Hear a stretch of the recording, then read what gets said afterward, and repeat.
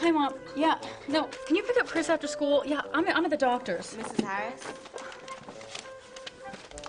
Describe your symptoms. Hang on. Stress, headaches, nausea. Yeah, well, I work on Saturdays. And how long has this been?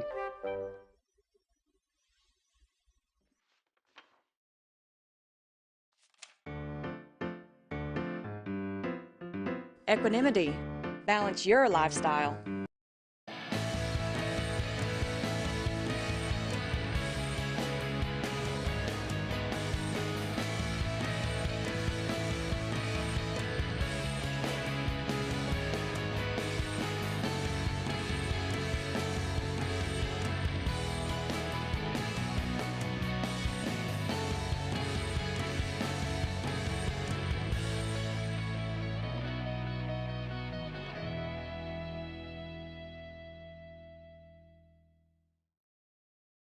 We are so excited. You're going to remind us what we already know. I think the things you're talking about don't oversharing, we know, but we get so comfortable with our lives, Jean, so remind us. You know, it's so interesting. About 1 in 4 people has been a victim of identity theft in this country already, according to a survey from lifelock.com. And we can only go on the offensive when it comes to this. We have to protect ourselves by being smart about the different things that we're sharing, both at home and while we're on vacation this summer. And so we can go through some steps that can help people just remember the right thing to do. All right, give us some tips. I'd like my audience to walk away smarter and brighter today. We love that. So while you're at home, you want to make sure that you are doing things like leaving your personal information in a very safe place. A lot of us walk in the door, we throw the mail on the kitchen counter, we just leave it there, and we don't think about the fact that there's a lot of identifying details in those credit card bills and that other mail, that if somebody came into our house, either a workman who's just doing a small job, or we rent out our house through a service like an Airbnb, that information could really put us at risk for ID theft.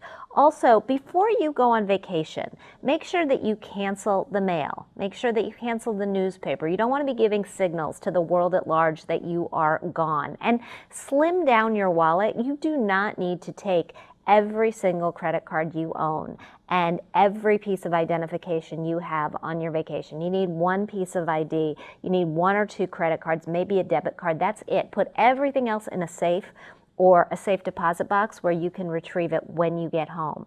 And then once you're on the road, the LifeLock survey showed that about 1/4 of all of us say that we have left things before in taxis, in Ubers.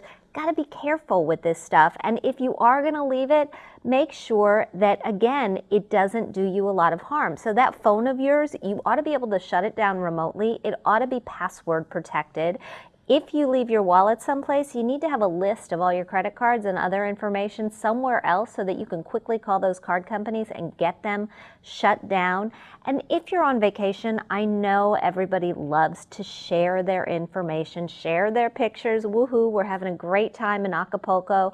Wait until you get home and send a hashtag latergram. Hey, we had a great time in Acapulco, but we're back home and you can't come and rob us.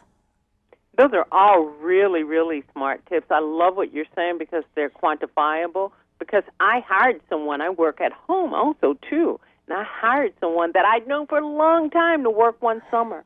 And they took my Social Security number and they opened credit cards in my names, my aunt's name, because you're right, my mail was there, I felt comfortable, and you do have to safeguard your home. So I know you know what you're talking about, Jean.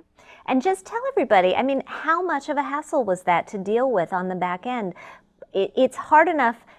Preventing identity theft is not something that we can do perfectly, but going on the offensive is the best defense that we have. So strong passwords, checking your credit report through annualcreditreport.com, subscribing to a service like LifeLock, all of those are good offensive measures because, as you know, if you're victimized, it is a real hassle to work out the details. I was the culprit. I really was. When I went to my bank, they almost interrogated me. I had to get a lawyer. And I'm just sharing that so people will know that It's not simply calling your bank and telling them you've got your credit card stolen. It's a whole lot more, Jean, and I know you know that. I totally know that. And this is why, I'm of the mind that somebody has to do the work to protect your identity. And if you're not going to do it yourself, then it's worth buying a service to do it for you. All right. A lot of people, I got to say this, a lot of people, they don't trust a service. Tell me, how can they find out more about LifeLock, or where would you send them? I'd send them to lifelock.com to find out more information, and I'd send them to annualcreditreport.com to check their credit report on their own for free.